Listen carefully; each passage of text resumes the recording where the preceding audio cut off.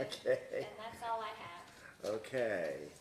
So, the next thing we have is a proclamation, is that right? Yeah.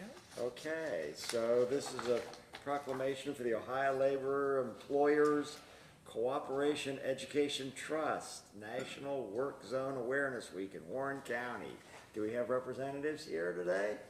Would you like to say anything to us?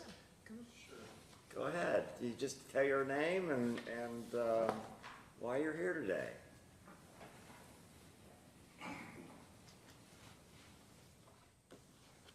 I'm Everett Napier with Labor's Local 534 out of Middletown, Ohio. We represent Warren County and Butler County. And I want to thank you for signing the proclamation for the Work Zone Safety Week. Just it's one more step to help our members get home safely to their families. Okay, well, super. Yeah, thank you. And you have anybody else that's with you that you want to introduce? Yes, Shella Rupp from our LESSIT program and Kevin Lewis. Okay. Morning. Well, would you like to say anything? No, just welcome. Good morning. Really? Thank you Well, for okay, being so here. we have a proclamation that we're gonna present to you that is recognizing April 21 through April 25 as the National Work Zone Awareness Week. And why don't we get up here and take a picture and we'll present this to you. Is that all right? Yeah. Okay, let's do that. Excellent.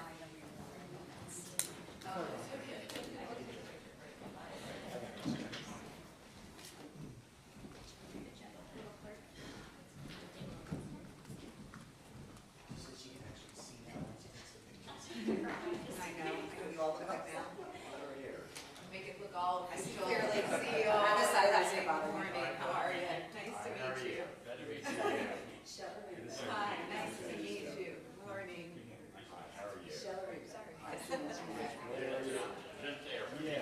Sorry. All right, we're gonna move you down here. Let's move you down here a little bit. Step down this way. Get the emblem Squeeze in a there. little bit, squeeze in. All right. Okay, looks good. Sorry. I'm gonna wait till you're done. Okay, I'm done. A few more. Sounds good. Oh, very nice. It's yours. All right. Thank you very much. Thank you. Have a good day.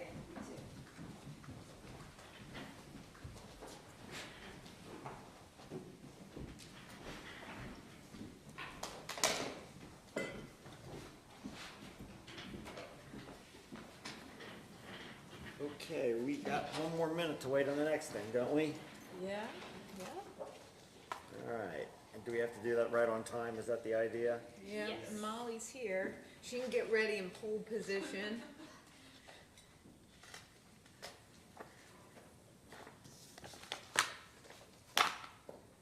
How are you, Molly? Good. Ready for the tree planting? Here you Yeah. go. Oh, 9:05. Here we go. Okay, my All name right. is Molly Conley, floodplain manager here for Warren County, and this is our second public hearing to review the updated regulations that hopefully you all will adopt today.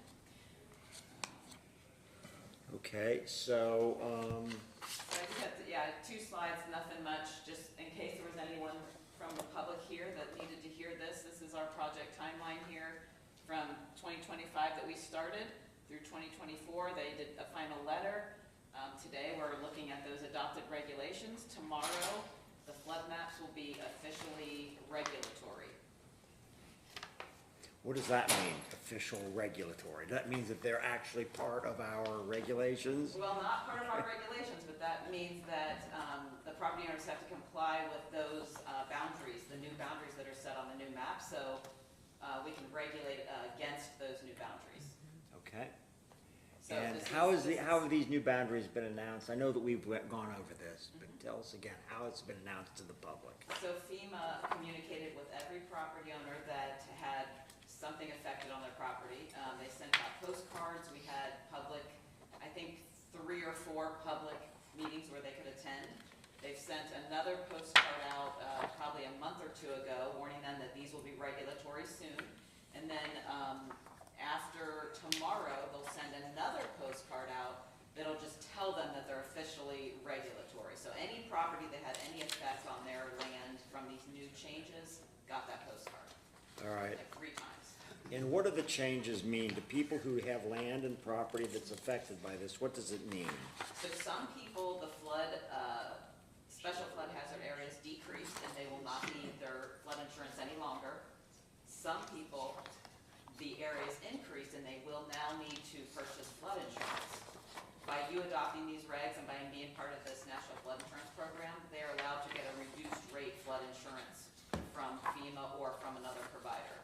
So that's what your part is allowing them the opportunity to have the reduced flood insurance.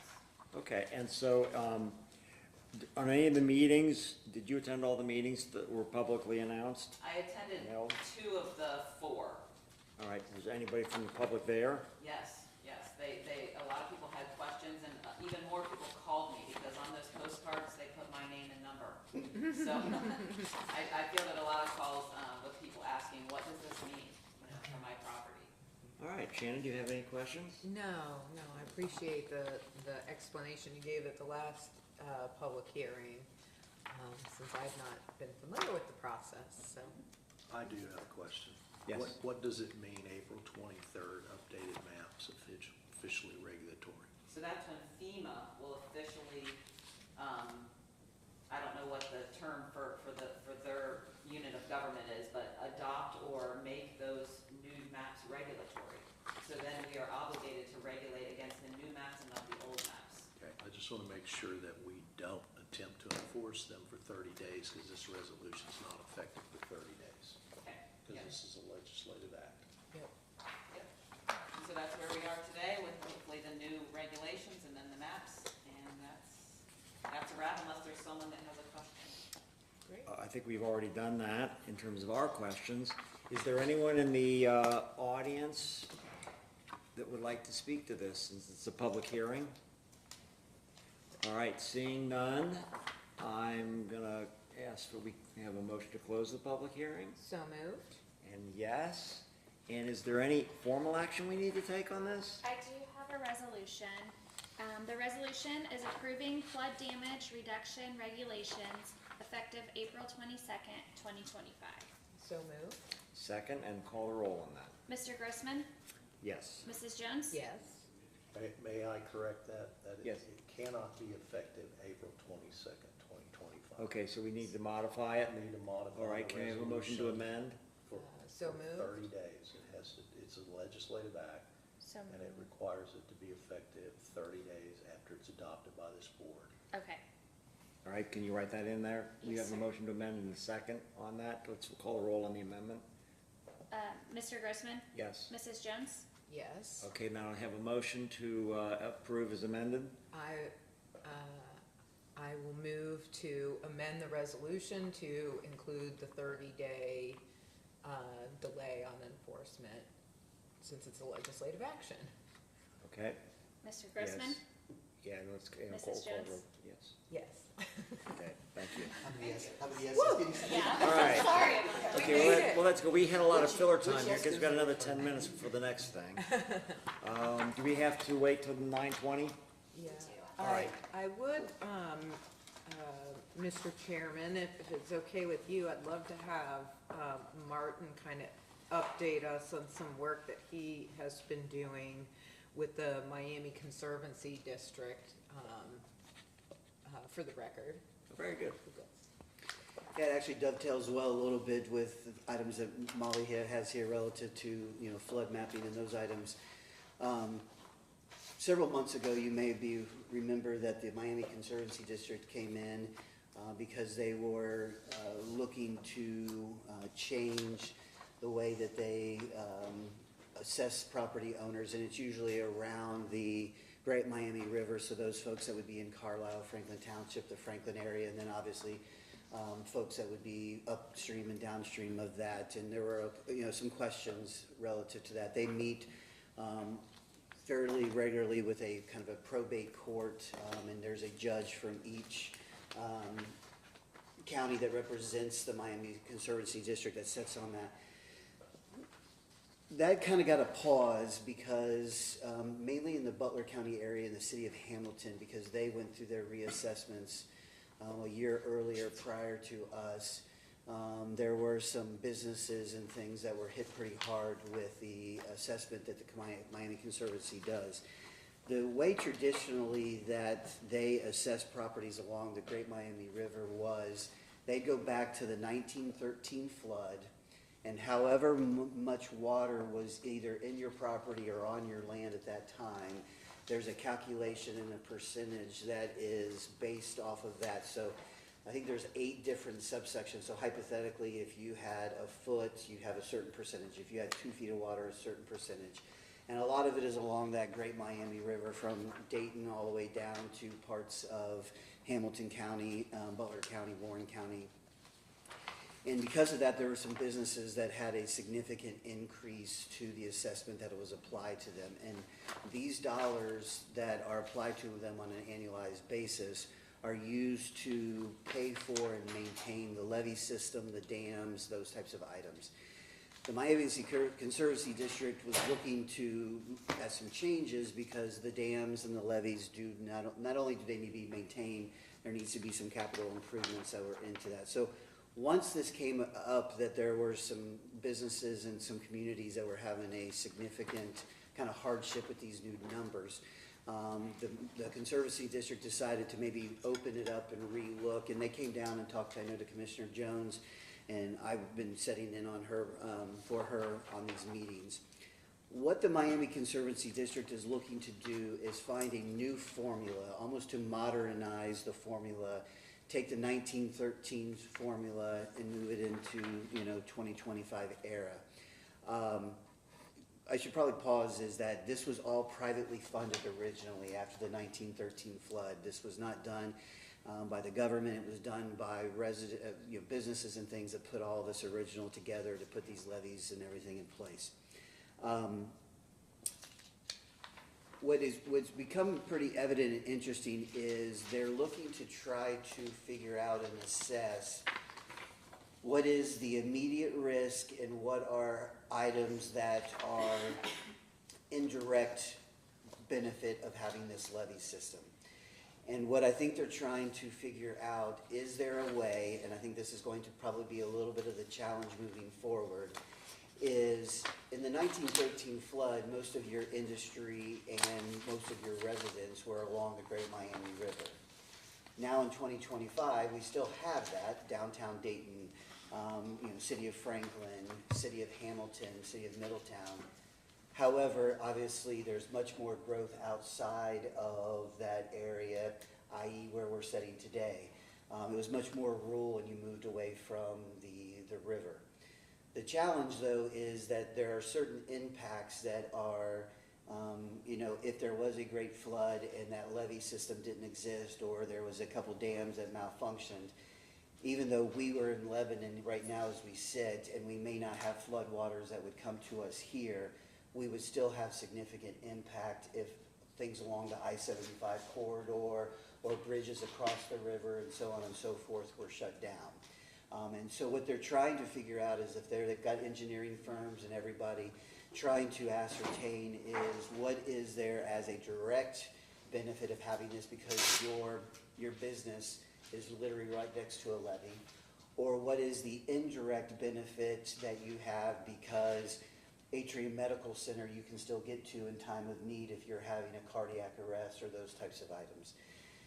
I think what I saw in the last meeting that was held a couple of weeks ago, and what we've been having them about every 2 months, is you saw everybody understand that there is an indirect benefit that we'd all sit there and have relative to this levee system and dams being in place.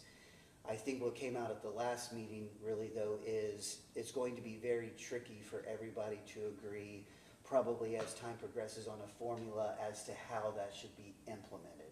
As an example, what I said in one of the meetings was, I get the concept. I think the communication and the articulation of it is going to be the challenge. Just as Molly expressed relative to items that she had because she was on the bottom of a FEMA list. If individuals that historically have not been put onto a list that they have to contribute are now potentially looking to have to contribute to the Conservancy District, how do you articulate that you actually get a benefit of that? The example that I think about, just in my head, that makes it easier for me to understand, is we've had conversations here where we talk about our water system. Well, our water system gets, a lot of the well fields are up in the Franklin area, Franklin Township area. I don't know the exact number, but we probably push about 2 to 3 million gallons a day into our southern system. So hypothetically, somebody that is in Deerfield Township, Hamilton Township, might get their water serviced out of a well field that is being protected by these levees. If those levees didn't work and our well field was flooded out, we would have to do something different. That is an indirect benefit of having these well fields protected by the levee system. It's going to be hard to articulate in the future, though, to somebody in Hamilton Township. I'm not saying they're going to go that far, but just in my example purposes, how would they potentially contribute to the Miami Conservancy District when they never have before?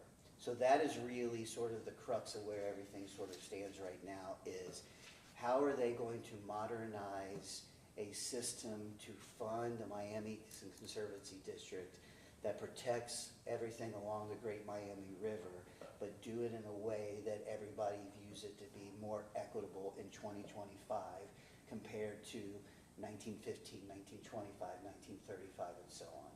So I thought it was a good piggyback off what Molly was doing, but that is something that is at foot at the moment. And it's a separate political subdivision, Yep. correct? And is it the Common Pleas Court? Yeah, actually, it's when I missed when I said probate, it's actually, there's a judge from each county that sits on this court. Ours is Judge Peeler, but each county that has a representation, and I believe there's 9 counties total that have representation. Anybody that either has a feed water into the Great Miami, so that at these meetings you have folks from Clark County, Preble County, Warren County, Montgomery County, Butler County, Miami County. I don't know if anybody came from Hamilton County, but there's a judge from each of those. And so whatever the formula new, whether they keep the old standard, the new standard, every 6 years or so, this court of these 9 judges say yes or no to their new financial modeling. So it's pretty complex, but that's where they're driving is. They're kind of pushing that there is this indirect benefit that we should be taking into account. Might I also add, just so that the commissioners are aware, that the county owns property and that we pay this assessment on as well. And the one in Franklin Township for this year, we've already paid it. We paid almost $115,000 to the MCD. So we are also a taxpayer as well. Yeah. Yeah, I remember that from when they came here to kind of set up the conversation that was gonna happen. I think you're really gonna start to see a big push between, and I'll stop here because it's 9:20, but a real push between suburban and obviously urban and farm communities and how you disperse that out type of scenario. So you started to see that at the last meeting. There was a little bit more tension between those groups. It wasn't the first, but it was the second meeting, and I'll stop there. Thanks for the update. Okay, so it's now time for our administrative hearing, which we are going to continue in progress. Is that right? That is correct. Okay. So we should call the hearing. Should we call the hearing to order, or do we? Yes, we have All to right. open it and then continue. All right, so the board is scheduled for an administrative hearing on an application of Kroger Union Village District 3B PUD Stage 2 in Turtle Creek Township. And we're opening that hearing. And now we're going to continue the hearing. Do we have to make a vote to continue the hearing? We do, and I've looked at a couple dates that work with the applicant.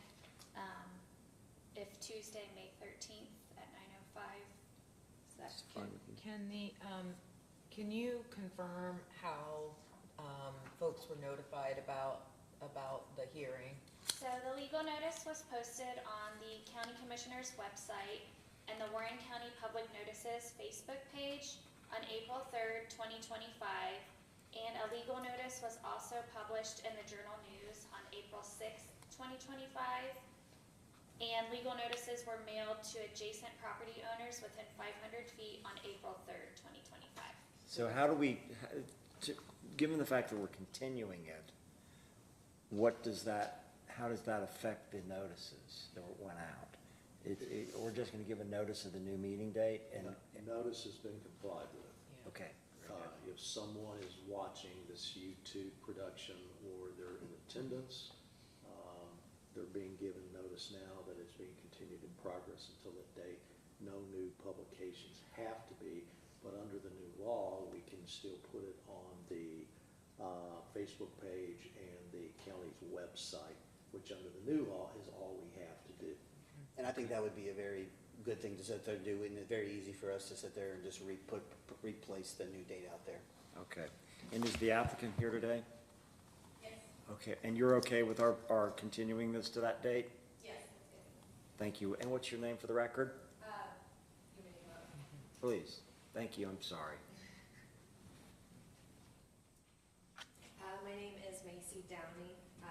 I'm here on behalf of Kroger as their zoning consultant. Was the date May 13th, you said? Yes, that's correct. That should work. Okay, very good, thank you. Thank you. So I have a resolution continuing the administrative hearing to consider Kroger Union Village, Special District 3B, PUD Stage 2 in Turtle Creek Township. So moved. And second, call the roll on that. Mr. Grossman? Yes. Mrs. Jones? Yes.